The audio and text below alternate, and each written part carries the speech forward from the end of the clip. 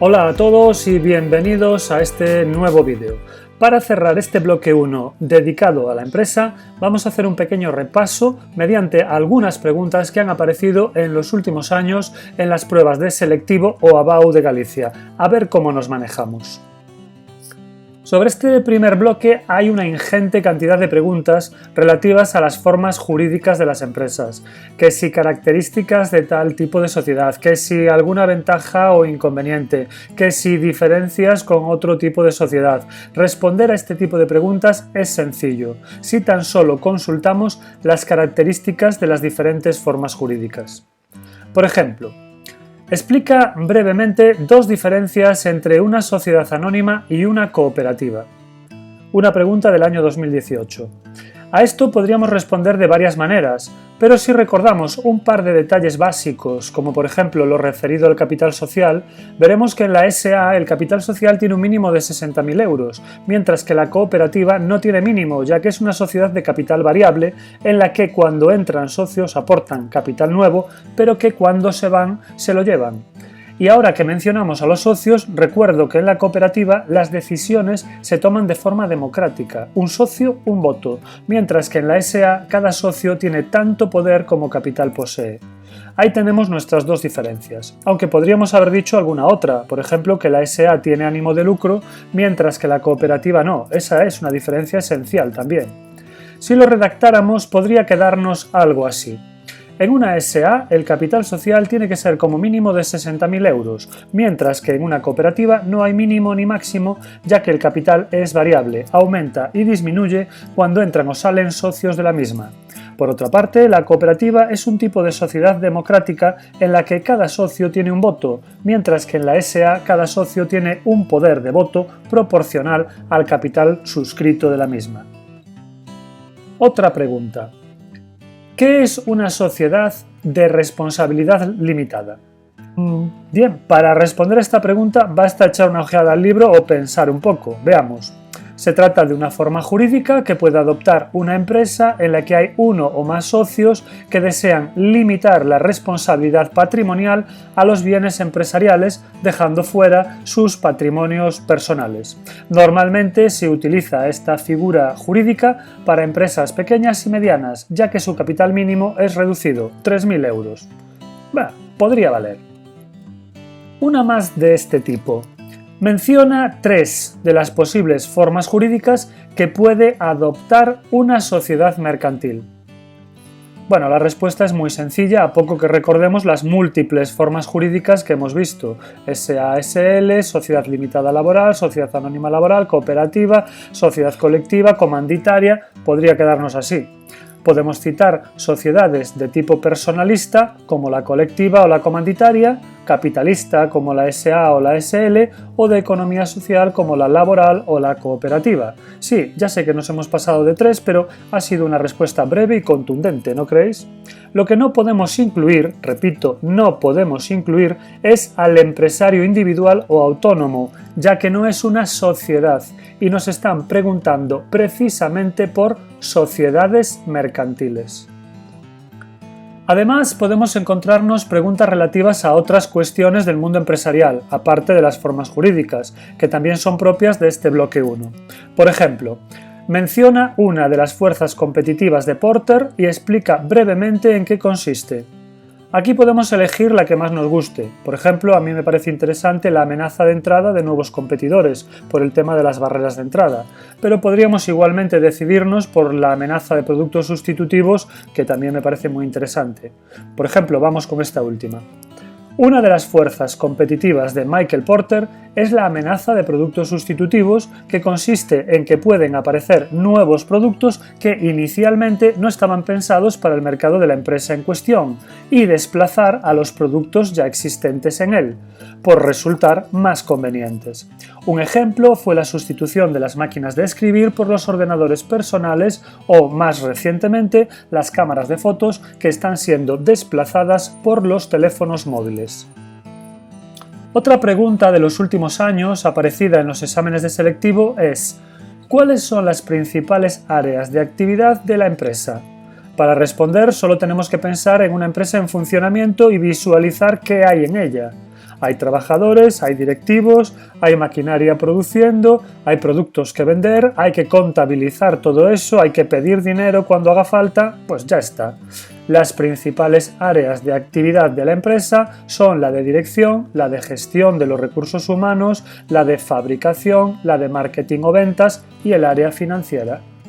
Podríamos describirlas un poco, lo que no tendría demasiada dificultad, pero bueno, en realidad tampoco nos lo están pidiendo. Otra pregunta que ha aparecido en los exámenes de selectivo es ¿qué tipos de empresas se pueden distinguir según la titularidad del capital? También formulada en otro año de forma ligeramente diferente, en el año 2019. Describe brevemente cada uno de los tipos de empresas que se pueden distinguir según la titularidad del capital. Ilustra la respuesta con algún ejemplo. Vamos a responder a la segunda, que es más completa. Lo primero es identificar qué nos preguntan. Titularidad del capital, social, es decir, propiedad del mismo, a quién pertenece, y tipos de empresa en relación a esa propiedad, ¿vale? Solo pueden estar hablando de empresas privadas, públicas o mixtas. Así que vamos allá. Según la titularidad del capital, las empresas pueden ser privadas cuando sus propietarios son personas particulares, públicas si la propiedad la ostenta algún organismo público, el Estado, la comunidad autónoma, un ayuntamiento, o mixtas cuando parte de la propiedad es privada y parte pública. Ejemplos: Telefónica S.A. es una empresa privada, Radio Televisión Española S.A. es una empresa pública y Red Eléctrica Española S.A. es una empresa mixta. Aquí lo más complicado podría ser encontrar los ejemplos, sobre todo de las empresas públicas y mixtas. Si no se nos ocurren, pues podemos inventarnos alguna, siempre que suene a eso. Por ejemplo, Empresa Municipal de Aguas S.L. o también podemos decir, pues yo qué sé, por ejemplo, Sociedad Autonómica de Fomento, Sociedad Anónima.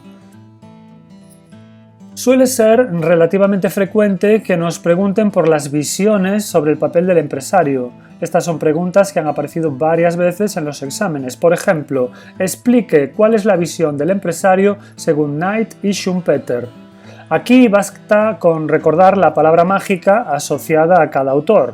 Knight, riesgo, Schumpeter, innovación y Galbraith, tecnoestructura. Como en este caso nos preguntan por los dos primeros, pues vamos allá. Tanto Knight como Schumpeter tienen una visión contemporánea del empresario, es decir, que asumen la separación entre propietario y empresario, que para ellos no son la misma persona. Dicho esto, para Knight, el empresario es quien asume el riesgo y por eso tiene derecho al beneficio, que no es sino la recompensa por esa gestión del riesgo. Schumpeter, sin embargo, pone el énfasis en el papel del empresario en la adopción de innovaciones. Vamos con otra. Distinga entre la demanda de mercado y la cuota de mercado. Ilustre la respuesta con un ejemplo. Demanda y cuota de mercado. Si lo pensamos, en un mercado concreto, como por ejemplo el automovilístico, vemos a muchas empresas en él, todas ellas vendiendo coches. Por lo tanto, la demanda de mercado serán las ventas totales que se hacen en el sector. Sin embargo, sabemos que la cuota de mercado es la parte de una única empresa. Así que podríamos redactarla. Demanda de mercado se refiere a la totalidad de las ventas que se realizan en el sector, mientras que por cuota de mercado hacemos referencia a las ventas de una sola de las empresas del mismo. Por ejemplo, si hablamos del mercado automovilístico, las ventas totales pueden haber ascendido a 1.000 millones de euros, pero las de una empresa del sector, por ejemplo Ford, solo fueron de 100 millones, así que su cuota de mercado será del 10%. Para terminar, a veces nos pueden sorprender con preguntas que mezclan contenidos de dos bloques diferentes, como esta en la que aparecen las acciones de la SA, bloque 1, y las obligaciones, bloque 7. Explica brevemente una de las diferencias que existen entre una acción y una obligación. Aunque sea adelantarnos un poco, vamos a responder. Las acciones son partes del capital social de una empresa, de modo que sus propietarios son dueños de la empresa, sin embargo las obligaciones son parte de una deuda de la empresa, de modo que sus propietarios son acreedores de la empresa. Unos reciben beneficios si los hay, los accionistas, mientras que los otros reciben intereses obligatoriamente, los obligacionistas. Lo que no conviene es confundirse con las diferencias entre acción y participación. En este caso ya sabemos que una, la acción, es de la SA y otra de la SL. Una se puede transmitir libremente, la acción, y la otra no, la participación. En los últimos años se han incorporado a los exámenes un tipo de preguntas de respuesta ultra corta, consistente en una única palabra o 2 o 3 a lo sumo. Por ejemplo, menciona 2 criterios de medición del tamaño empresarial, a lo que podemos responder el número de empleados y el volumen de ventas, por ejemplo. Otra, ¿cómo se denominan las empresas cuyo capital y control pertenece al Estado, comunidades autónomas o ayuntamientos? Ya lo dijimos antes, empresas públicas. Otra más, ¿cómo se denomina el tipo de responsabilidad patrimonial que asume el empresario individual? Fácil, ¿no? Ilimitada, responsabilidad ilimitada. Finalmente, lo que echamos de menos en este bloque es algún problema, porque salvo la posibilidad, nunca hasta la fecha vista, de que pongan el cálculo de alguna cuota de mercado, pues no hay otros problemas reseñables. Calcula la cuota de mercado de la empresa Alfa S.A. si sus ventas totales de equipos de riego ascendieron a 3 millones de euros, siendo las ventas totales del sector, incluida la propia Alfa S.A., de 65 millones. Bueno, pues la respuesta es...